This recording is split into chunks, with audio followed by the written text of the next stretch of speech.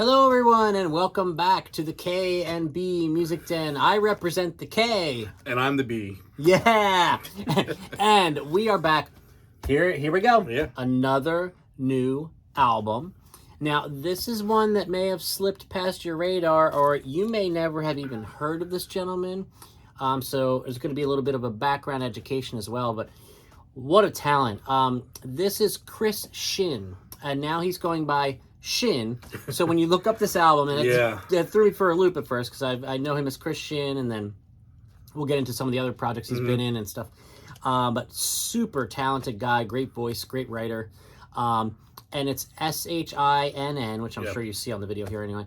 But the new album just came out recently, very recently. It's called Falling Up, not Falling Down. So let me just give a little background, chime in as you wish, on Mr. Shinn. He's, like I said, just a great singer, really talented writer.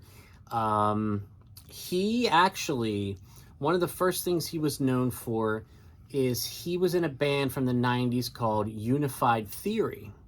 Now, Unified Theory was actually made up of a couple of members of Blind Melon. Yeah.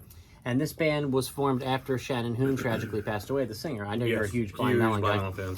Are you familiar with Unified Theory? Oh, yes. Yeah. Okay. Fantastic. Oh, that's great. Such good stuff. Geez, I should have... The one album that has like a bluish cover, I forget off the top of my head, but so good. This guy can sing his ass off. And, you know, I've read some things where he wanted to make sure people didn't think it was just like Blind Melon with a new singer, because it was really actually a different band, different sound. Yeah. But really, really it was good. Good stuff. And then he was in some other projects before Unified Theory, and then after did some of his own stuff. And then the band Live came a-calling. And initially, from the article I read recently, they just wanted him to re-record some of the songs from Live, just to do like for publishing deals and stuff. Sure. Right? Yeah. So they wanted him to just have someone sing them. And recreate the songs for, honestly, to make money, which I don't blame them. Still guessing Ed owned part of that, or there's a whole big thing with Live. Maybe we'll do a whole separate video on that sometime. But I don't even understand everything that has happened. No. But obviously, you know, you can't do a Christian video nowadays without mentioning his tenure in Live. They only released one album of original material with Shinn as the lead singer of Live. The album is called The Turn. It's hard to find now. It is, yeah. Because it seems like when Live got back together with Ed, that album just kind of disappeared. Yeah, magically. But I will go on record as saying, and some of this stuff, all joking aside, I know we joke around a lot on this channel, but some of this is actually hard for me to talk about because Live is one of my favorite bands of all time, and growing up here in Lancaster, Pennsylvania, which is one town, one county over from York, Pennsylvania, which is where Live is from, such a huge inspiration to me, not just musically and just because I love the band and love to listen to their songs, went to see them live a bunch of times, but just for me when I was in my younger days, having a band that was so close to where I grew up take over the world in the mid-90s. I mean, they were on the cover of Rolling Stone. Yeah. They were it for a while there in the 90s, and they earned it, I mean, with such fantastic music. And to see that and be like, wow, I can do that too, you know. I did not, but came kind of close a couple times. Maybe we'll do a whole video on that some other time, and not that people care about me. But you know, the whole thing with Live was, when Ed came back into the picture, they were kind of like, all right, thanks, bye. I don't even know if he got a real thanks.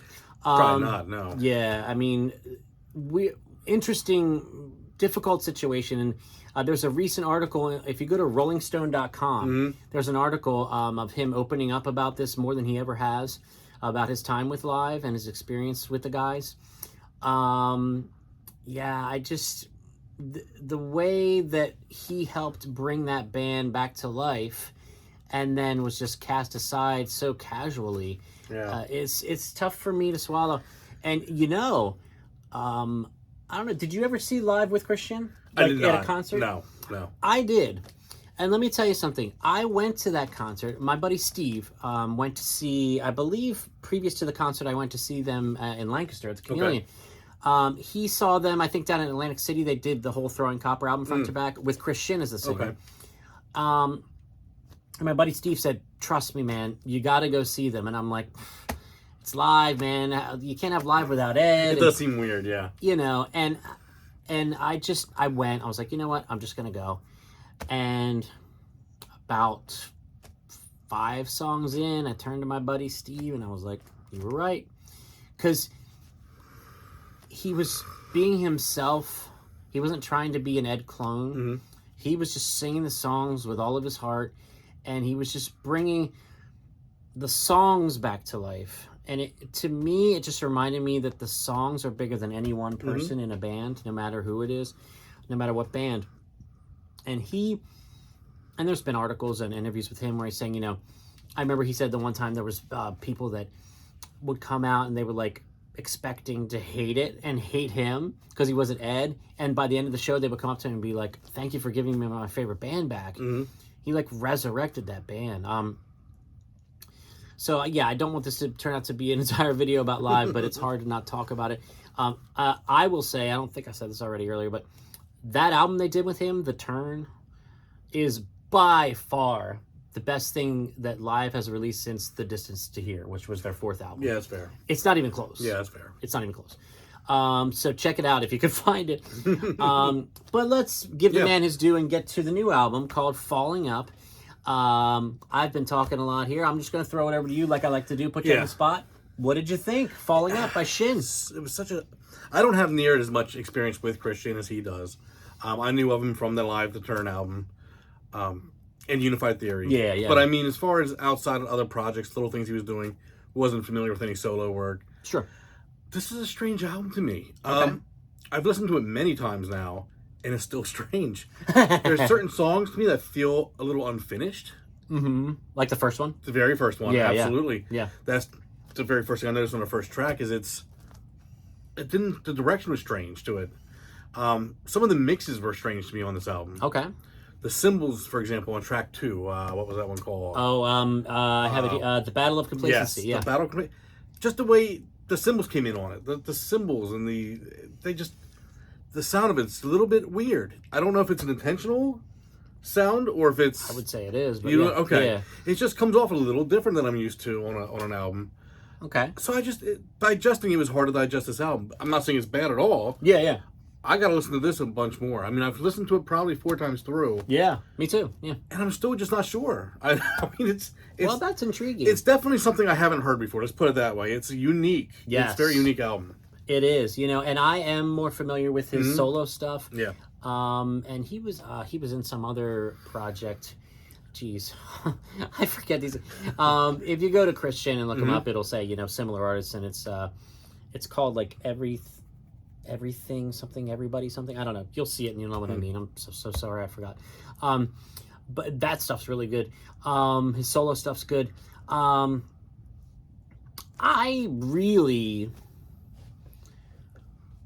was really moved by this album. Okay. Because knowing, and we didn't talk about, he went through a divorce, either during the pandemic or I think it was during the pandemic. Okay. So imagine being, in the pandemic situation and then having the divorce happen too. And a band is like a marriage, so he had a divorce from Live too. So he's had back-to-back, not pleasant experiences. But yeah, I mean, I'll never forget the way he took over that room when I saw him with Live, and the way he commands the stage, and his vocal prowess is impressive. But what I really love about this album is that he's been in a dark place, and this is a dark album. It is. It's very dark. And some of these things you're mentioning with the production choices, the first song feels like it's kind of just cut short. Yeah. And honestly, it almost made my top 3 songs on the album. Because... Okay. It's hard to describe. Like, with what he's been through and what I've read about him and just following him as an artist through all of his different projects and solo stuff and everything, he's been through some shit recently. And the album seems scattered. Is that a good word? Yeah, uncomfortable and yeah, but that's why I've always liked this guy, because he's genuine. So I mean, I've listened to it several times. I'm gonna listen to it more because it speaks to me because it's real. That first song that cut short, he did that for a reason. We may not know what that reason is yet. Sure. Or we may never know. We'll probably never know. Yeah. But it caught my attention, though, because it was like, oh, we're on to the next song. That's not the only one. There was, I forget there was another song or two on there where it was going somewhere and then it just stopped. And I went, what the hell was that? But, yeah. Now, I don't know if you read in the Rolling Stone article, he's got a couple more albums almost in the can already for next year. I did not hear that. So I'm interested to see about that.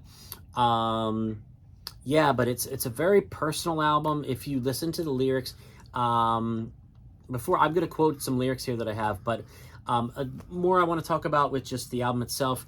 Like you were alluding to, I noticed there's lots of space in some of the songs, which I found cool and intriguing.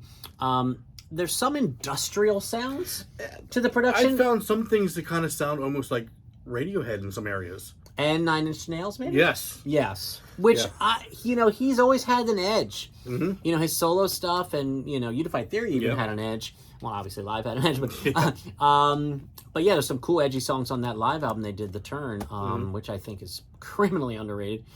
But yeah, there's just great rhythm on this album. There's production choices that I appreciate because you don't just sit. This album doesn't just sit in the background. No, it commands your attention, and whether it confuses you at times or even frustrates you at times, it grabs you. It does. Because it's, he's wrestling with it, but he keeps listening to it.